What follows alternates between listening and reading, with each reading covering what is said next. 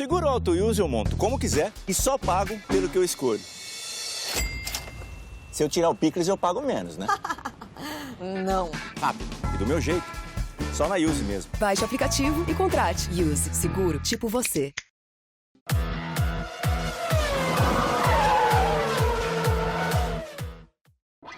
Salve, salve!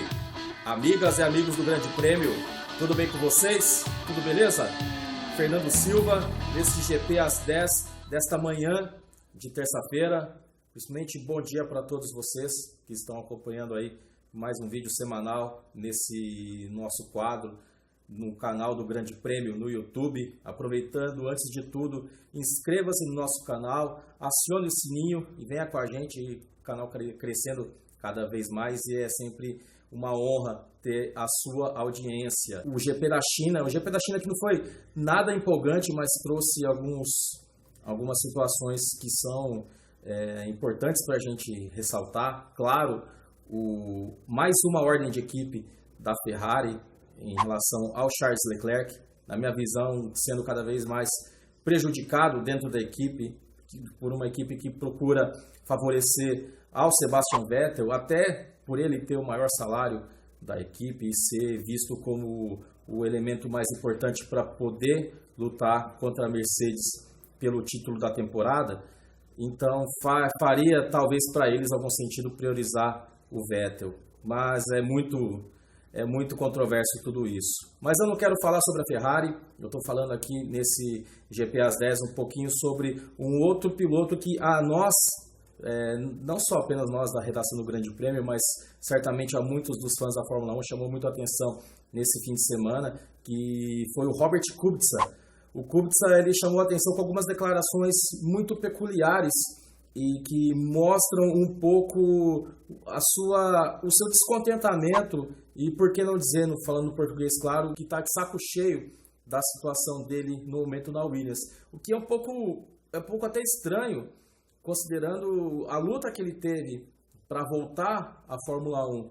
A gente sabe dos problemas que ele enfrentou desde quando ele sofreu o acidente no Rally Ronde de Andorra, na Itália, e ele ficou praticamente inviabilizado de ter uma carreira, de seguir a sua carreira nas pistas na Fórmula 1, e ele teve um retorno, na minha visão, heróico, vitorioso, agora em 2019 ao grid do Mundial, algo que era impensável anos atrás, e ele conseguiu, claro, não apenas pelo talento, pela sua capacidade como piloto, mas também pelos patrocinadores da Polônia, que foram fundamentais nesse seu retorno ao grid. Só que desde então ele vem se notabilizando por declarações bastante pessimistas, o que também faz um pouco de sentido. A Williams há muito tempo não vem sendo capaz de entregar um carro sequer competitivo. Já foi assim no ano passado, mas com toda a crise deflagrada nesse ano, desde antes da pré-temporada, isso se mostrou muito mais nítido.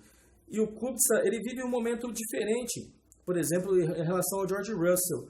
O Russell é um prodígio, é um menino que tem muito a crescer, tem muito a se desenvolver, é ligado à Mercedes e certamente, se tudo correr de acordo com o script, dentro de alguns anos ele vai ser o titular da Mercedes na Fórmula 1. Acredito que ao lado do Esteban Ocon isso parece pule de 10.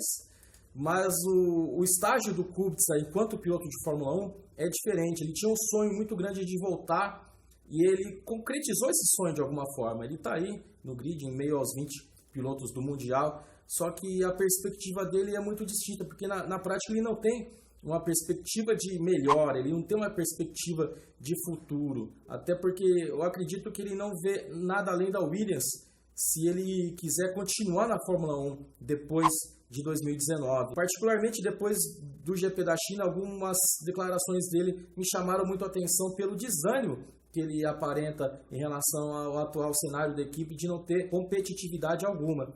A gente percebe, tem até um gráfico que toda vez tem o pessoal que acaba publicando em cada fim de semana de corrida da Fórmula 1, em que a Williams mostra cada vez mais estar mais perto daquela faixa, daquele limite dos 107% em relação ao tempo feito no Q1.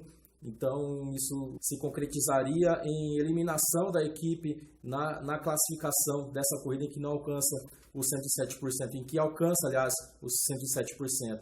Fica muito próximo desse limite e mostra o quanto a equipe não tem capacidade de evoluir em relação às outras, mesmo em relação às outras do meio do grid. E o Kubica falou algumas coisas que nos chamaram a atenção. Primeiro que ele falou que o momento mais empolgante da corrida para ele foi, na verdade, antes da largada. Você se lembra que ele rodou, ele e o Max Verstappen, eles rodaram na volta de apresentação do GP da China, e o Kubica, ele apresentou esse momento como o mais empolgante da corrida. Depois disso ele não teve muito o que fazer, foi uma corrida bem solitária, ele praticamente sequer conseguiu até brigar com o George Russell, então para ele foi muito frustrante. E aí depois ele elencou uma série de deficiências do carro, no sentido de não ter aderência, não ter competitividade, e no fim ele fechou a entrevista dessa forma: sinto que não posso fazer nada, já tentei de tudo. Muito desânimo, muita frustração por não conseguir sequer mostrar o talento que ele tem, que esse talento é natural e acaba ficando, a pessoa não desaprende mesmo com as severas lesões que ele sofreu depois do acidente lá na Itália, em 2011, e conseguiu se recuperar, tanto que está no meio de todos os pilotos, mas ele não consegue mostrar a competitividade que ele tem, a capacidade que ele tem enquanto piloto, porque não é um carro em que isso seja possível de ser mostrado. Por exemplo, na classificação, e aí é importante analisar esses números, porque a classificação é onde você consegue ter a performance pura de cada piloto e comparar um com o outro. Por exemplo, o Russell, ele se classificou à frente do Kubica, só que a diferença foi muito pouca, foram apenas 28 milésimos em relação a um ao outro, que é uma diferença quase nula. Então mostra que o Kubica ainda tem seu potencial, só que como o estágio dele em relação ao Russell é diferente, para o Russell tudo é novo, é uma temporada de estreia, ele está começando e percebendo agora como é o ambiente da Fórmula 1. O Kubica ele já conhece tudo e para ele fica mais difícil de vislumbrar um novo horizonte, algo mais positivo. Tanto que, na minha visão, essas declarações dele são como sinais de que ele pode até sequer temporar a temporada ou finalizar tudo antes do fim, encerrar seu ciclo na Williams e talvez na Fórmula 1 antes do fim, talvez dando como missão cumprida o fato de ele ter realizado o sonho dele de voltar à Fórmula 1, mas sem conseguir fazer nada além, tipo encerrar a sua jornada no Mundial. É esperar para ver, dá um pouco essa impressão, pode até ser que não, mas dá um pouco essa impressão de que a frustração dele é tamanha que não há muito mais motivação em continuar ao longo da temporada e que pode ser que ele tenha um desfecho precoce no campeonato, na temporada, antes mesmo do fim da temporada. Vamos ver como é que vai ser, mas é até melancólico, né? Porque ele merecia realmente um carro melhor, condições melhores, por tudo que ele lutou,